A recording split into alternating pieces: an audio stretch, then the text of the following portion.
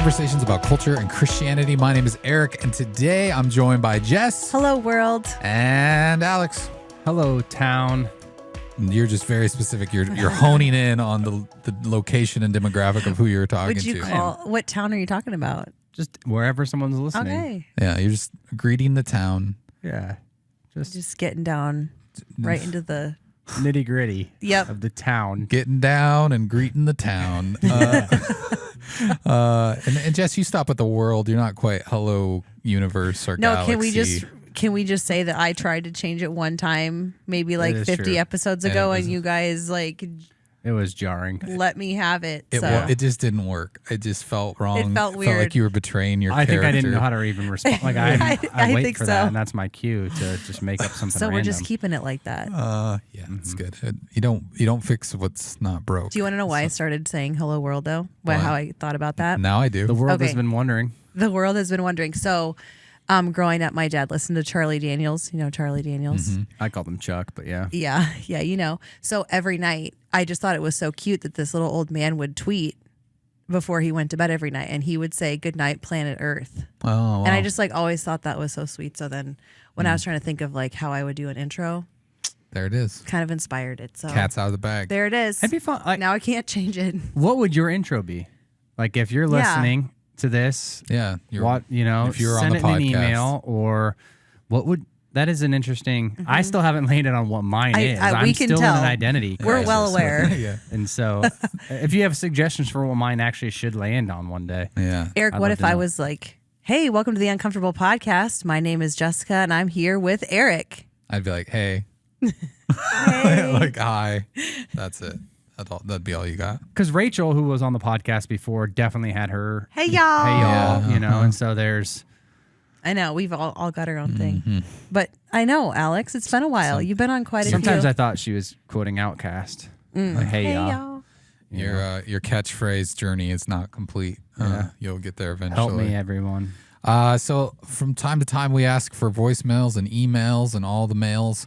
We don't have a voicemail today, but if you do want to leave us one, that number is 402-885-9930. We'd love to hear from you. But we do have an email from a special listener who, sends us emails from time to time that we, enjoy sometimes in our own time, and we don't always share it with everyone. But this one felt like it was worthy of a share. This one comes in from who we affectionately call Andrew Trucker. Yeah, Trucker Andrew. Trucker Andrew, whatever way. Andrew is a friend of the show, a longtime listener, and also He hypes us up. 18-wheel driver. And he sent us this, and it says, about 10 minutes to 10 p.m. last I just was on I-84 in Utah after the I-80-84 splits. About 3 miles up the road, I went head on with bull moose. And that's just amazing. Like he's got an 18-wheeler, and he's going head on with a bull moose. I can't wait to hear how this results. So Luckily, it was just me and the bull moose and no other traffic around. Beautiful animal covered in snow with a beautiful rack. I was able to slow down and grab the shoulder and safely avoid hitting the moose head on. I think it helped. I was tired and I had done 500. Wait, did he say I think it helped? I think he means he thinks it didn't helped that help. he was tired. It didn't. Maybe it didn't help. I don't know. But anyways. Help woke him up. It was like a jolt of adrenaline. I'm assuming. It helped wake him. I get it now. And had done 562 miles the day before.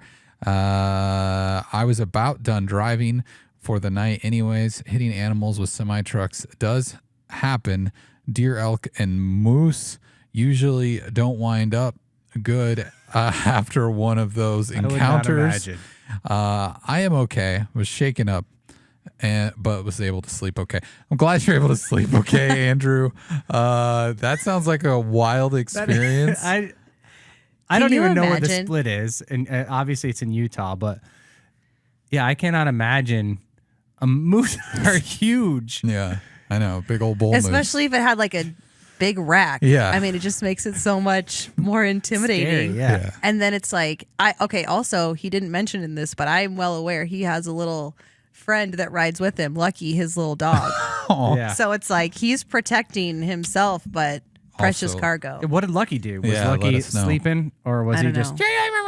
But I mean, this is just an example if he gives us updates because he obviously trucks across the United States back and forth. And I know for me, I remember once my mom was driving our van, and this is not like a minivan, this was like a conversion van in the 90s, and hit a deer. And this was a van that my dad custom built, so it didn't have seat belts at all. Like it was just chair. And so I just remember being asleep and then waking up on the floor of the van because we hit a deer. And Yikes. it was just like, oh, okay, well, I guess we're all right. But have you guys ever had any encounters? I had have any not. encounters? I have not hit any animals. Every time I'm on my way, there's some dirt roads on the way from my house to producer Austin's house, and every time I'm driving out to his farm, Yeah. I'm a little worried. Yeah. Turn on the brights, make sure I don't hit a deer. Yeah. Austin, have you ever hit anything? Nope. Nope. Wow. no. I mean, a squirrel probably. Oh. I've never actually known I hit a squirrel, but I'm sure I have. I know I ran over a snake once accidentally.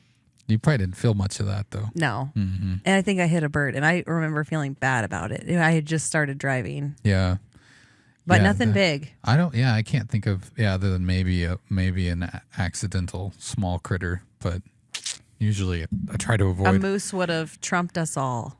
Yeah. That's for sure. I'm glad you didn't hit it. Glad That you're would have safe, been, Andrew. Would have Thanks been for messy sharing. to clean up. I'm sure a lot of visceral and other debris from a moose. Also, another issue that's continuing online, which I think it sparked a lot of debate between all of us, was the toilet paper. From a voicemail. Oh, that's right. That yeah, was a voicemail. from a voicemail. We've got some. We really went back and forth on that. Yeah, we posted that on Instagram, and that definitely got several responses. We have Alex. You have some of those prepared. Would you like to read them for the class? Yeah. It was fun to put that on the internet, which I also.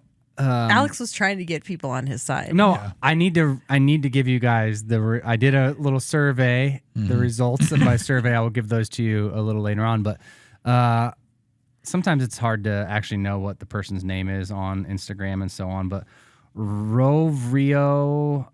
We can just read it. The comment. Yeah. Anyway, he said, I never cared about which way to put the toilet paper for a long time until I saw the one meme a few years ago that a person had taken of toilet paper roll and we don't have a beat machine, so a big spider was hiding with the caption, "This is why you should go under, not over." And I don't have a horse in the race, under or over. So he said, so now I do under because he's not going to risk a huge spider biting him when it's over. So I thought that was in my decision-making matrix about which I should do. I thought this was convincing. I don't. This argument falls apart for me because I a know, spider is not going to be big enough that it still can't hide behind the under-rolled toilet paper. It's still gonna. If it's on the wall, it's almost gonna be more hidden. Okay, think about there. it. If there's a spider in the toilet paper, you're pulling it down. Yeah. It's gonna fall on the ground. If you're pulling it out, you could wad it up in there. Yeah. I'm not sure. It's a Anyways. well thought out argument, but I'm not sure. Alex, just give us the results. Well, we can read on the next one. Oh, okay. You can read this one, maybe one of you, while I go find my results here. The one below that, Jess. Oh, there's a creation design patent that shows exactly the way it's supposed to go, and it's over, not under. Yeah, that we had a similar response on TikTok that said the original patent is over. So I guess if we're going by patent law, the toilet paper is supposed to be over. And I know you ran a personal poll on Instagram just on your own account because you were trying to find vindication here to see if other people cared as much as Jess and I did. And what were the results of that? I was not as prepared. Oh, it was literally 50-50. And I just We're think only I had I had 14 votes and it was 50-50. So not a ton of You votes. stack the odds though, because read how you phrased I the said- answers. I had the clip played on there, which you guys both Oh, were. that's true. Both were online bullying me or live bullying me here in this set, and even We like would never. even people asking my wife how she could be married to me. I mean, this really went deep. I It mean, cut that's deep. why we're bringing it up again, because it did get a lot of. Someone called me a monster, even Jana. I did her Yes. wedding, and she called me a monster. Anyway, I did say anyone else that out there on my side, and one answer was yes. I'm. That with was a you. choice. Yes. Yeah, they could so choose. they don't yes. care. Right. Yes, I don't really care. And then the other one or was- no, you are the dumbest. I- And see, this is I the wanna know- problem. oh, This yeah. is the problem. It wasn't I- a problem for Jess to vote that I'm the dumbest. Absolutely not. I wasn't going to vote no, you're the dumbest. And so I didn't vote because I felt bad calling you dumb. And Well, But I- if you many would have people voted, called we me would have dumb. won. yeah. Think about that. But I, Well, One but vote also matters. you and your husband both called me dumb, which is You can bet your whole bottom family. dollar I told him to get on there and vote. You probably almost had your kids create an Instagram just so they could insult me a little bit more. you insulted yourself by phrasing the answer that way. That's That true. was, That is well, true. that was your We own need to talk doing. about that later. Well, that was fun, and it sparked a lot of debate. It did. Mm-hmm. It Out was there. fun. It was a surprising debate. I Yeah. did not expect Which that is why voicemail. Those voicemails are fun. I know, because because we don't listen to them before. Yeah. I mean, Yeah. it is like It's a we're surprise. taking it as it comes. All right. Well, if you want to send us a voicemail again, you can do that at 402-885-9930. We'd love to hear about your bull mooses with big racks and anything else you can send our way. So that does it for us. But we do have a guest coming up. Her name is Julie Shrader, and she is with the organization Rejuvenating Women. And she's going to be discussing sex trafficking with us, help us get a better understanding of it, and maybe a little bit about how we can help combat that or identify it ourselves. So stay tuned for that. All right, today we are joined by Julie Shrader. You are from the organization Rejuvenating Women. And today you're going to help us better understand sex trafficking and a lot of different aspects of it. But to begin with, why don't you tell us just a little bit about yourself and about the organization? Sure. I am married to a wonderful husband, Mike. I've got one daughter, Amanda, and 3 grandsons, Nathan, Isaiah, and Theodore. Teddy, we call him. Oh, wow. Sweet. Yeah. So that's my just close-knit little family there. I started Rejuvenating Women in 2012. When we started our groups, our support groups, we actually started here in the building. Remember that? Do you? Wow. And then ended up getting an office across the street at the porch, porch. yeah. Oh, wow. So I think that was 2014. Yeah, it was right around there. Yeah. For So we've been around a little bit, and Christ Community Church seems to always be a piece of it somehow and be a great supporter of what we do. And as a matter of fact, when I was 13, I gave my life to the Lord going to camp. It was a girls' no, actually it was mixed. It was the high school group, I think it was. Way back when my mom just dropped me off one day and I didn't know anybody at all. And I'm like, oh my goodness, I was so nervous. Yeah, And ended up giving my life to the Lord at that time, that's cool. and continued to come to church here in youth group. And then I changed a little bit. Yeah, Yeah. that's So awesome. That's awesome. So tell us a little more about Rejuvenating Women for someone who's maybe never heard Yeah. about it. What do you do there? yeah, we help and assist adult women survivors of human trafficking. That would be labor trafficking and sex trafficking. And mostly it's sex trafficking that ends up in our program. I think labor trafficking is more difficult to recognize. And I think those that have been trafficked for their work don't quite see themselves as a victim even. So it's a little bit more challenging to be able to help those that have been labor trafficked. So how did this begin? You know, like what stirred in you to notice that this is an issue and like It's a need in our yeah, community. and start Yeah. this ministry. Yeah. I honestly cannot say that it was myself. I was working in the medical field at the time. I'd been working in the field for about 25 years. comfortable in that field, knew what I was doing, happy at my job. And God started moving me in a direction that I just couldn't shake. And it really started more with a surrendering of my life to the Lord in a way that I hadn't done before. I was on a downhill spiral at that point in my life. Drinking alcohol was what I did. I mean, I did it every day, 6 to 12 beers a day, and I'm 4'10" and a half. Yeah. And it's clearly way too much alcohol to be drinking, but did that for years. And it just continued to get worse. My marriage got worse. It got more abusive, not by him, but by me. And I really felt God calling me back to the church. And it was through my dad getting sick, who I had a very estranged or, difficult relationship with, because he was in and out my entire life. He also alcoholic, and that's what ended up killing him. He ended up getting stomach cancer that moved to his esophagus as well from all the drinking he had been doing, ruining the lining of his stomach. And somehow or another, God knew that would pull me back in his direction, and it did. And surrendered my life fully at the time. I think we have to still surrender every day. Yeah. But that's really when God started showing me that it was women that he wanted me to start talking to share my story with them of where I came from and how he could also help them. Because the one thing that is similar to myself and other women who have been trafficked or have prostituted is the lack of self-worth and the feeling that you're unlovable by everybody, including God, and how that's just a lie from the devil. And I really felt compelled to start sharing who God really was with women. And so that's how it really got started.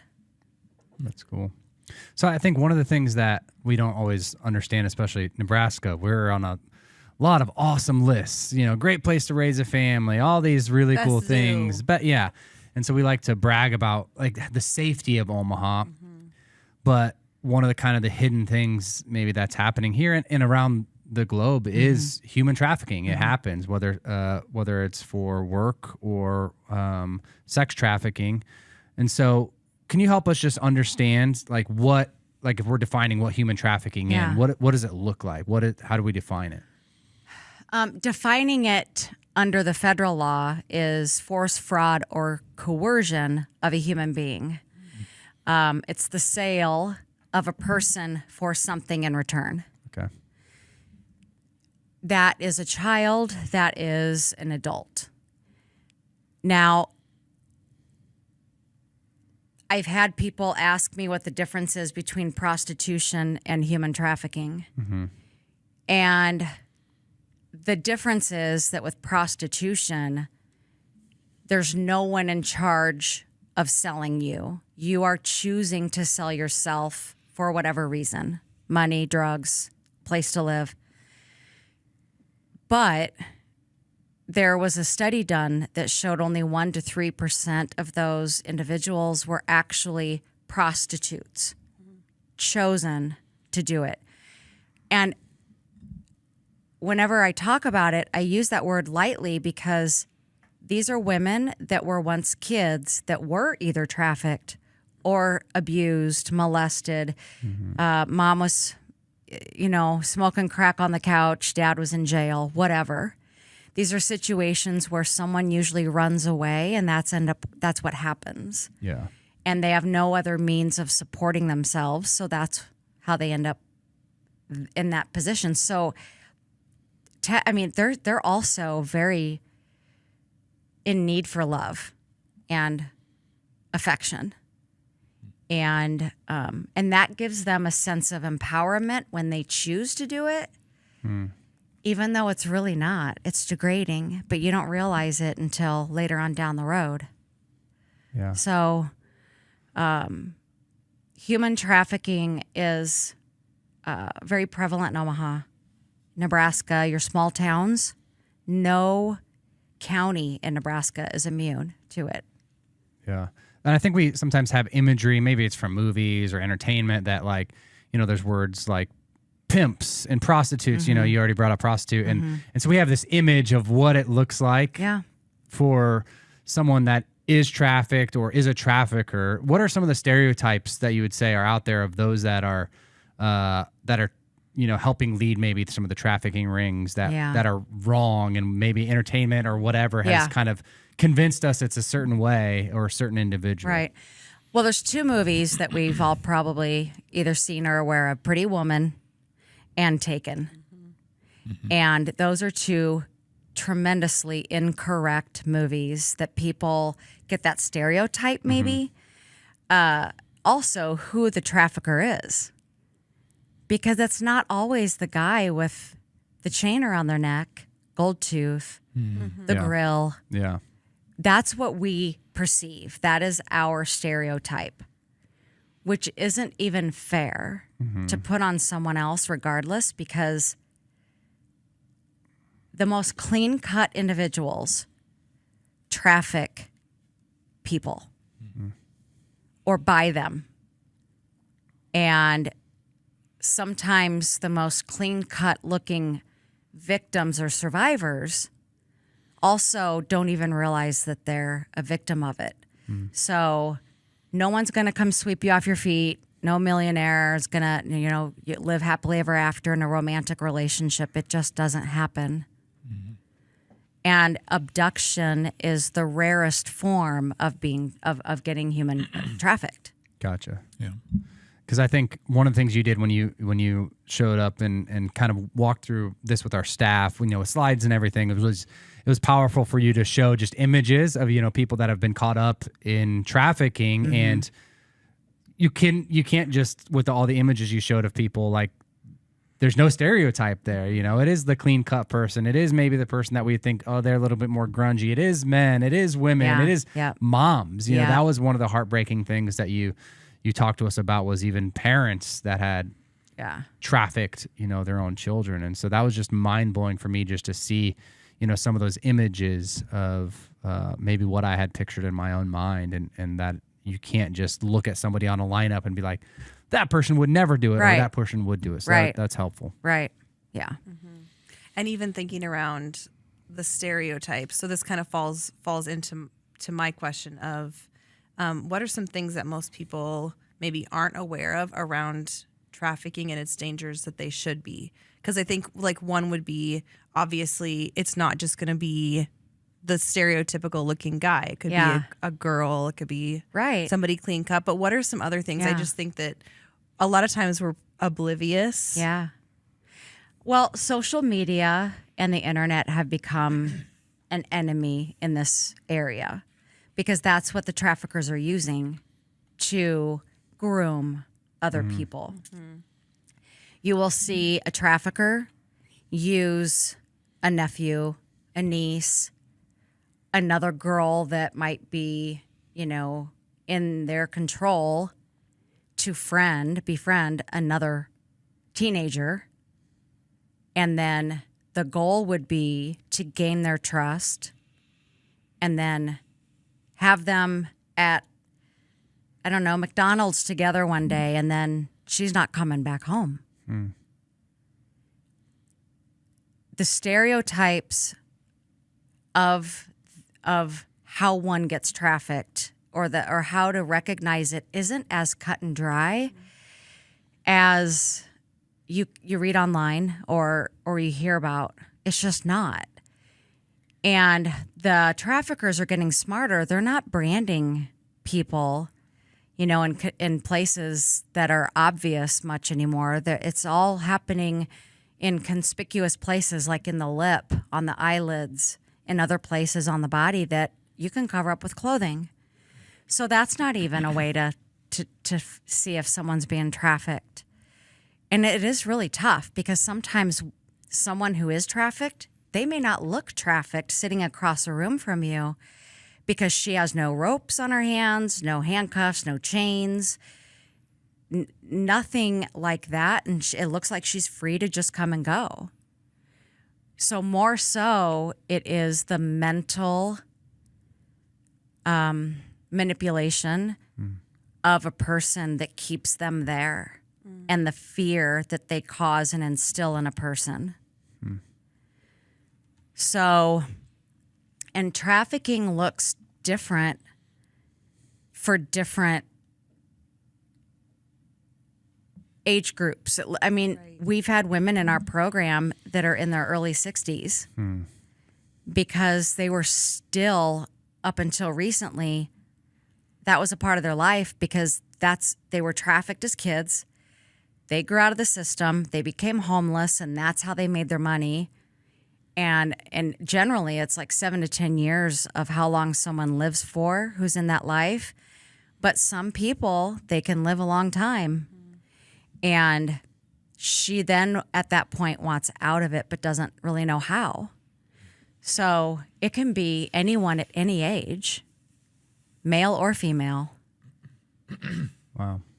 And then this makes me think, even you bringing up social media, my brain automatically goes to just how over sexualized our culture is, and just how accepting we are of pornography. And there's so many, different ways that you can like if you have a fetish or you have a fantasy, you can find it. And so, obviously, I'm assuming you would agree. To me, that is also something that encourages it and makes it enticing to people to seek out someone that's being trafficked. Oh, yeah. I'm amazed at the profile photos that are out there on Instagram or Facebook. And I often view that as possibly a red flag myself. And that is definitely one way that your trafficker is going to try to lure someone is through the social media app, or try to friend them because they see who they are. They start following them a little bit, learn a little bit about them so they can actually pinpoint, I saw you at school the other day and you are in Mrs. So-and-so's class. And I saw, that I know that your mom dropped you off, and they will get information about a person just by watching them and then use it to lure them to build trust. That thinking that they do go to the same school. And if there's a classmate in the same school, well, they can't be that bad. And ended up, it's a 50-year-old guy just waiting to pick her up from the park or something, and then she doesn't come home. Social media is a real problem with trafficking.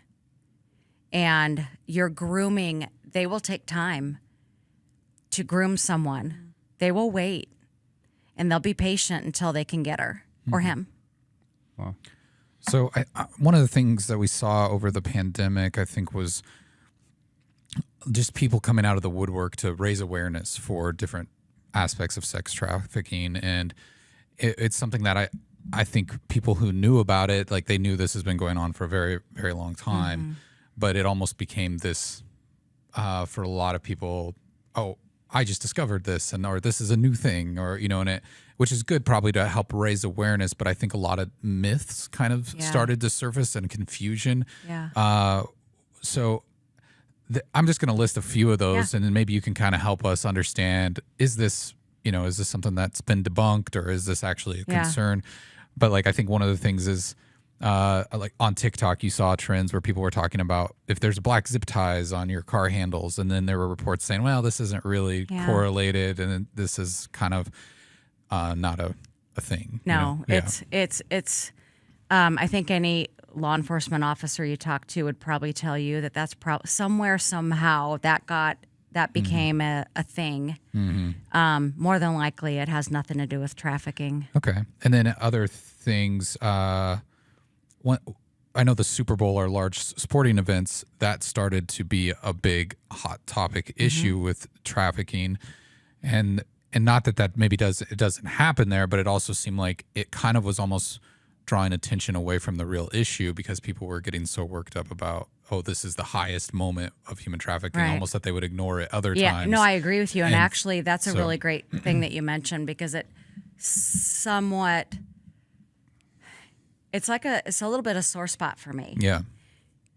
because I hear it so much all the time from the women in the house that it's like you're saying, but every day, Yeah. It's not every just that day. day is an issue.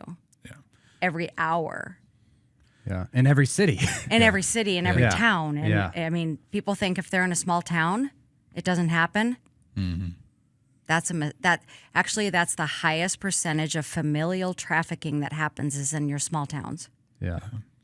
And that kind of leads on to the other myth is that snatchings or kidnappings are by strangers is Yeah. what's happening. And I think it starts, you saw a lot of kind of the soccer mom stereotype rally around human trafficking, Right. and then they're being Right. overprotective of their kids, Right. thinking, oh, I can't, I'm going to go to Target and they're going to get kidnapped. Yeah. And that seems to Yeah. be a myth as well. It is a myth. And I've heard actually law enforcement officers comment about this if I've been in an environment where they've been there too, talking about trafficking, and they always get asked those questions. And they debunk those too. Yeah. So it is there's really if someone's going to get thrown in the back of a van off the street somehow by running, we've heard this. I mean, women have ended up murdered by running, and someone grabs them and puts them in a van or whatever. It is usually a homicidal thing versus a trafficking thing. Yeah. That's not good either by any means. But kidnapping generally includes, it's more of surrounded around someone who's going to do harm to that person at that time. Okay, and I got a couple other myths that are at least perceived myths, and you kind of touched on this, but I think one is that all victims have physical signs of distress that you're right. just going to see it and you're going to know, and if it's happening, we would know because we'd see it. No, you know? I know personally, and have a really close relationship with someone who you would look at her and you would never know. You would look at even where she works, how smart she is. You would not have a clue. And then the last one I had here is, I think you'll hear sometimes proponents of prostitution saying, well, if we legalized prostitution, it would solve the problem. No, Yeah. absolutely not. Besides the fact that that's not what God would want. Right. For, Right. you know. Absolutely. But besides that, how do you, because I think as we engage with culture, Yeah. whether as Christians even, you kind of go, how do you say that? Because a non-Christian maybe isn't going to hear that argument Yeah, you're as right. well. You're right. So what in are a some facts secular behind world, that? Yeah. and I am trying to think where it is. I don't know if I dare to say Amsterdam, where it's legal. Yeah, I believe that's correct. The rate of trafficking and prostitution has actually increased because of it. So that is not true. Yeah. And I think the thing about a lot of those stereotypes is, and to your point, the women get frustrated because the people that are running, whether it's trafficking one person or a whole ring, yes, on one hand, they're idiots. Like we're not saying Yeah, they're right. they are people that we should celebrate. But on the other hand, they're brilliant. Yeah, they're not going to just like go in and like they know what these stereotypes Right, are. They know right, like they on do. Nextdoor, everyone is posting if they see a white van parked in front of your Right, house right. forever that there's going to be 300 posts Comments, that people are Yeah. commenting on. They're not going to just go in with this white van and go pick up little Nope. kids or they want to hide this. That's how No, they right. continue to be successful in their, how it continues to prolong. Success is probably not the right Right, word. right. But how this continues to go on is because these are people that are trying to hide it and not just do it in open That's daylight right. when everybody's searching That's for right. it. Which is why familial trafficking is the hardest trafficking to pinpoint or to notice because it's done by the family. They're trafficking the children, or Uncle Bobby's coming over every Saturday and he's trafficking them. Why, the neighbors would know no different. And I still know neighbors today that'll be like, none of my business. I don't know what's going on over there, but I'm not getting in the middle. Yeah. So, and that's the sad part too, is we don't even have an exact number of how many are actually being trafficked. I don't think we'll ever really know because of all the secretive trafficking happening in homes. Yeah. It does seem like it looks pretty on the outside, and then there's just this undercurrent of this issue. And I mean, I even think about in Nebraska, it's like I-80 runs through Nebraska. And so I know that there's stats about like that is one of the main ways that people are trafficked across the country is through our state. Yep. But what does that look like in Nebraska? I mean, I'm just thinking like we're like, Midwest nice and all this, but it's like it's here in our backyard. So it's like, what's happening in Nebraska specifically?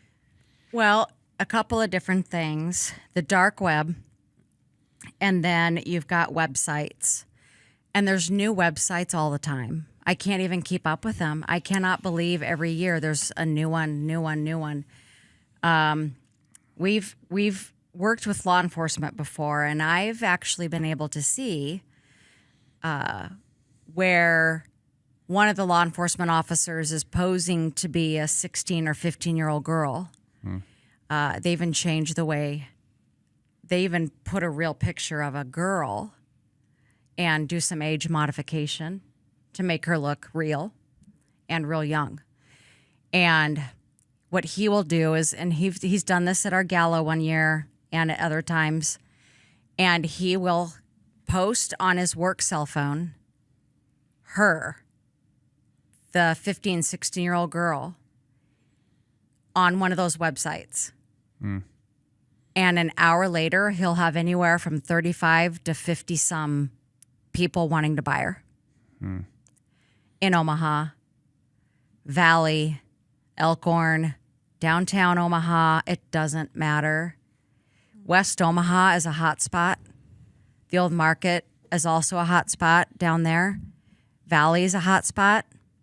So, and I honestly find it troubling that a lot of times what happens is when someone's being purchased for sex, it might be someone who's taking an hour for lunch away from the office and they're purchasing sex. There's a lot of purchasing happening over the lunch hour. And they'll go to a hotel. Anywhere in the city out west, it does not matter. It doesn't matter the price of the hotel either. And they will take her there or meet her there and do their thing, and nobody knows anything ever happened. Not their wife, their kids, their boss. One thing when I hear you say that is that I think people, when they're confronted with that truth, they just instinctively just can't believe it. I know. And how have you been successful at combating that or helping people is it helping? Do they interface with someone who's experienced it? Because I think sometimes it feels like, okay, yeah, there's so many conspiracy theories and other things floating around in the world today. Like, that's probably not happening. It's easy to dismiss Right, it. sure. And I hear that and I know that. And sometimes when I'm like at an event and I am talking about it, I can kind of tell who's checking out. Yeah. And the only thing I can do is share with them, not in grave detail, but bits and pieces of stories from the women that we serve. Yeah. I get frustrated because I've heard it so much from so many different people, and not just women, men. And I know there's a lot of men walking around where they've been victims, but they have not told a living soul, not their wife, not a therapist. And then it ends up there's quite a few that I've heard and spoken with. And so you have this community who wants to not talk about it because it's ugly. And you don't want to realize that the world that you are living in is not reality. And honestly, I can only do so much and talk about it so much, but it's really up to them on what they choose to believe and what they want to do with it. So I can just pray that whatever it is that we're trying to do here and shed the light on it, that God has his way with it. and exposes it. Yeah. So how do we, I mean, we've obviously blown up a lot of stereotypes and figured out like this isn't easy. Like it's going to be difficult to just like go throughout your day and, point at someone and be like, they're being trafficked. So how do we, and knowing how ambiguous it is and how difficult, it is to maybe be able to pinpoint that, what are some signs that we might be able to see emotionally or whatever that might lean towards, hey, this could be happening in somebody's life? One thing would be, and I've had actually people call me about this sort of situation, so that's why I'll use this. Whether it's a kid or whether it's an adult. They're at a gas station. They're with an older person that isn't acting like a father or a mother. They're not talking. They're looking down. They're looking disheveled. They're not speaking at all. So they look almost like a whipped puppy. They have that appearance almost. And he or she, the adult, is talking for that person, even grabbing candy for that person. And that person is just standing there next to whoever that trafficker is. And that's a pretty telltale sign that there's something going on there of control, because it's not normal for any human being, a kid or an adult, to not speak with their real parent in a gas station if they want candy or whatever. It's just not normal, I don't think. Yeah. So if there is a kid suspected or someone suspected in that position of being trafficked or in that situation, you can always turn it in, call 911. Or if it's an adult, 911 will probably not do anything about it because they have to know that adult wants something to happen. Gotcha. So there are phone numbers. The National Trafficking Hotline number is an option to just turn it in, and you just don't know what tips can be brought that maybe they were already working on, or you just never know. Yeah. So that's probably one of the more common things that I can think of that will be a definitive. Also, if you're in a hotel and you see these girls dressed a little scantily and they're coming in and out of a room, or you see people coming in and out of a hotel room, that's a dead giveaway. And you call and you turn it in. Yeah. I think it's in that. I mean, maybe more cliche to say it, but like if you see something, say something. Yeah, right. And I do think that God gives us that discernment Yeah. and instincts where it's like something rubs you the wrong way. Yeah. Like that doesn't look right or feel right. That's right. And to always And say there's something. nothing wrong to call. Right. That is their job. Yeah. And if it's nothing, then praise God, it's nothing. But imagine if it was someone's daughter who was in a hotel room and they've been worried sick for a year, wondering where she's at, and then someone finally sees something and they did. I mean, can you imagine if I was that mother of a missing child, that's all I would ever want. So, Yeah. yeah. One thing that I have been really passionate about just being a therapist in the church and I guess everywhere is just being trauma informed. And that's something that I, even like when you go to your website, I just love like right on the front page, it's like we are trauma informed in how we interact with people. But I do think that it's a big growth area for a lot of people because it's and especially in areas where we don't understand. And so what ways have you found just in that area of being more trauma informed that people can be when they're looking at this issue? Jess, do you mind even maybe defining trauma informed just for people who are listening, or either of you could define it just if they don't know what that term means as well? Well, it is a more empowered way to speak with someone who's been through, anyone. Anyone. Across the board. For example, we, instead of asking her, hey, did you do did you wash your sheets yesterday when your day was today? That's more accusing versus, hey, whatever her name is, can you tell me, or did you switch your laundry day with whoever, whatever her name is? I just noticed you guys switch days, and if so, then that's great. That's fine. Just, I mean, I'm using, that's a very, very petty example. Well, and like one example that I've heard, and maybe this is, I don't know how accurate it is, but a place where they're trying to make it nice for these women to rehabilitate, and then they have a bunch of freshly washed white towels in the closet, and then all of a sudden it's triggering to them because that to them reminds them of being raped in a hotel, you know, or something like that. So it's that's a good point. There's just different things that can is that kind of on that same scale of there's things that can trigger. And I think trauma informed too is it's being aware that someone has been through something very difficult and they're not going to see the world the same way that we might, because we haven't been through that trauma. So it's choosing to be, I think, compassionate and pushing into a space of empathy that we know as individuals that we don't understand, but we can give compassion in, hey, if they respond in maybe a bigger way, or they don't want to talk about something, it's being considerate, and I think being aware of someone else's trauma that they've been through, and then how do we interact with that? Right. And another example that just came to my mind when you were talking is, I hear people talk about this and they'll say, well, she was trafficked, but she's saying that she wasn't. She needs to make that decision. Right.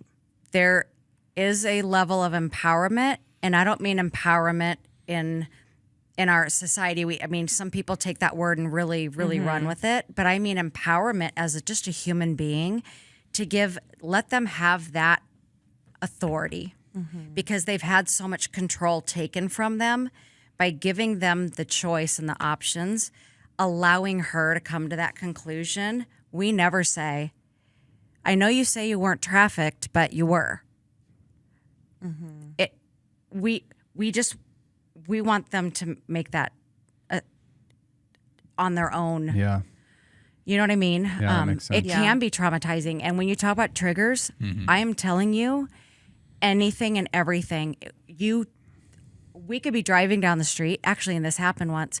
We were driving.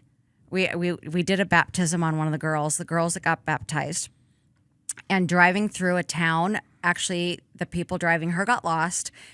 Drove through a town, and she actually recognized the building and she was trafficked in that building.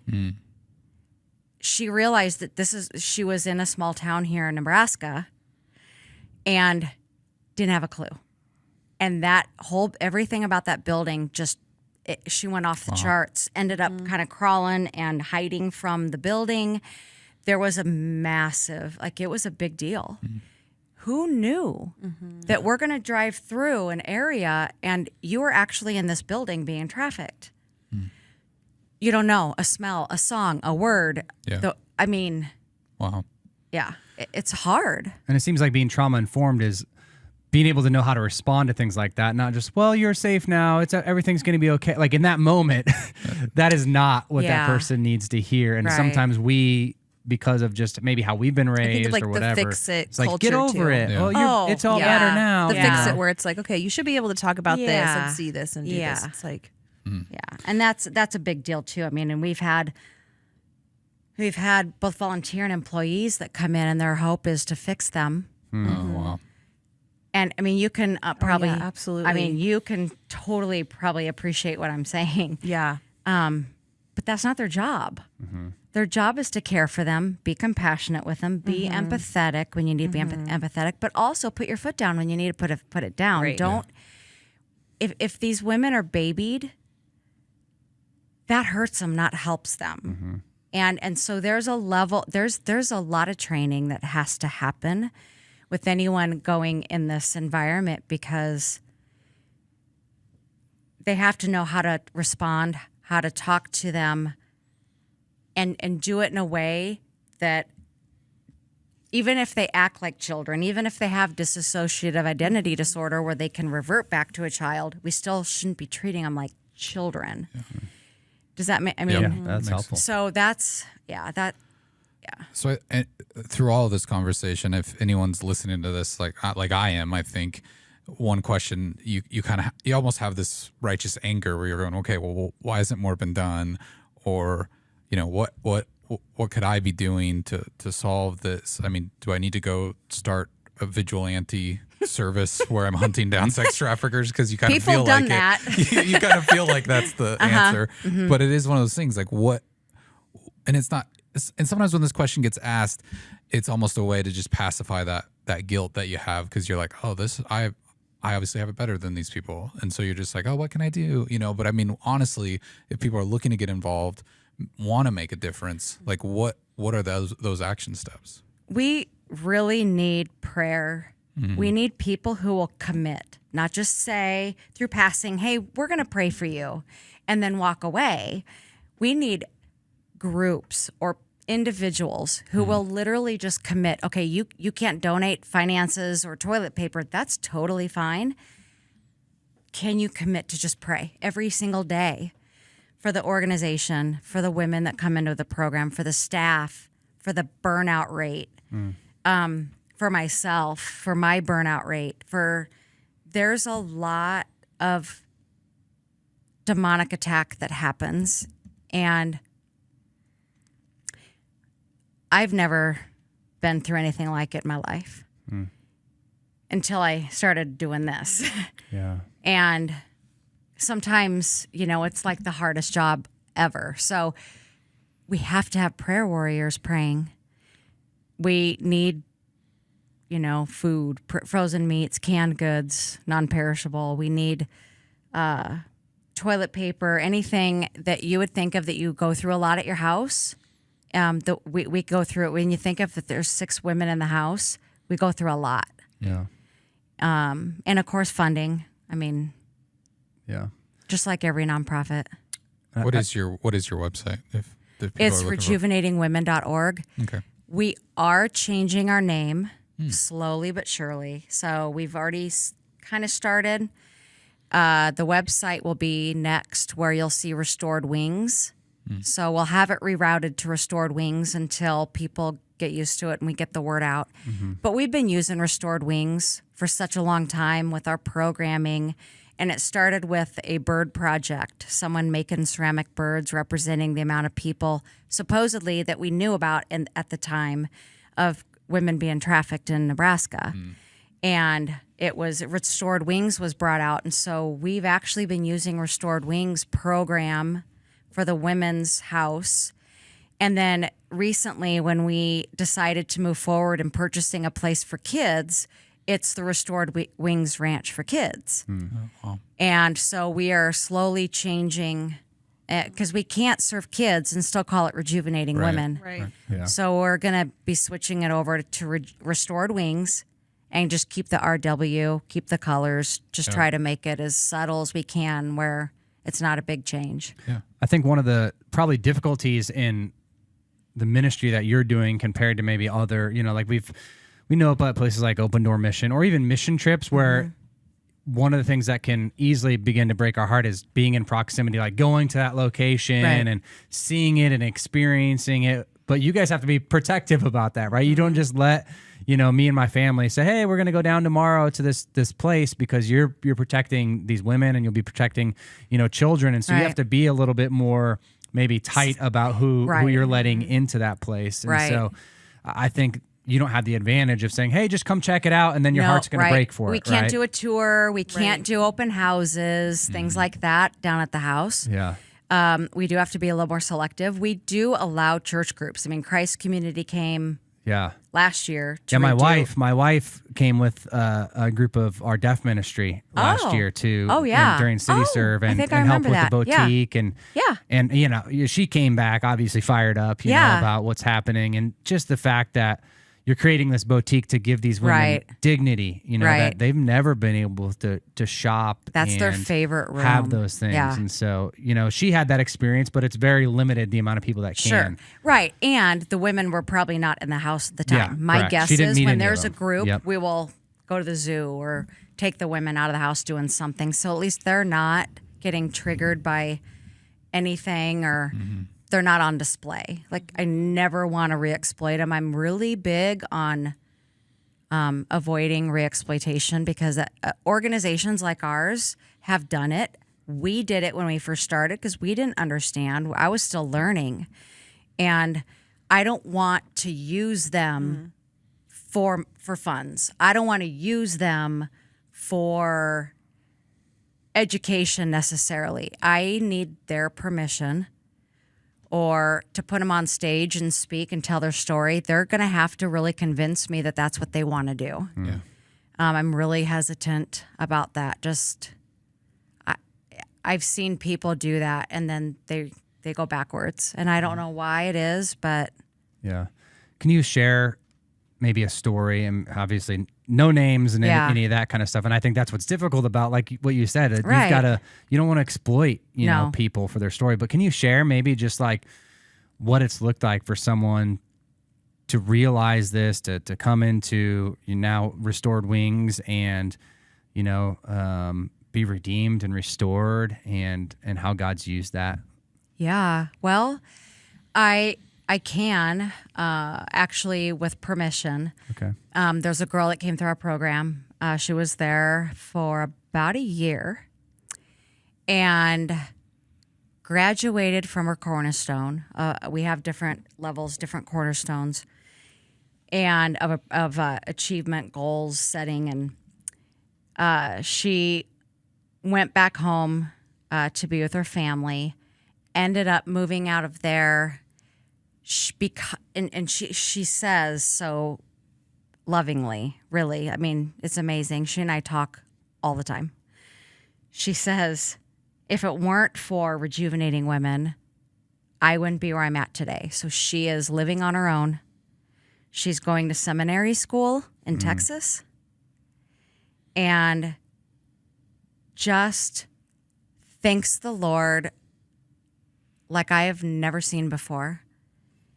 And her life, seeing her how she was when she came to the program, like they're two different people. She now is just on fire for the Lord and loves to just talk about what he's done in her life and wants to use her past to please him. And that is a huge success because when we started this, that was what we wanted. That was what God put on my heart, was to show them who he is, let him do the hard work part of it, but show him who he is, present him to them, and let them decide what they want. And she's only one of the successes. I mean, there's another one, full-time job. Also, she works full-time and she donates her time to work at a different nonprofit. And she's still a part of our lives. Yeah. It's incredible. Yeah.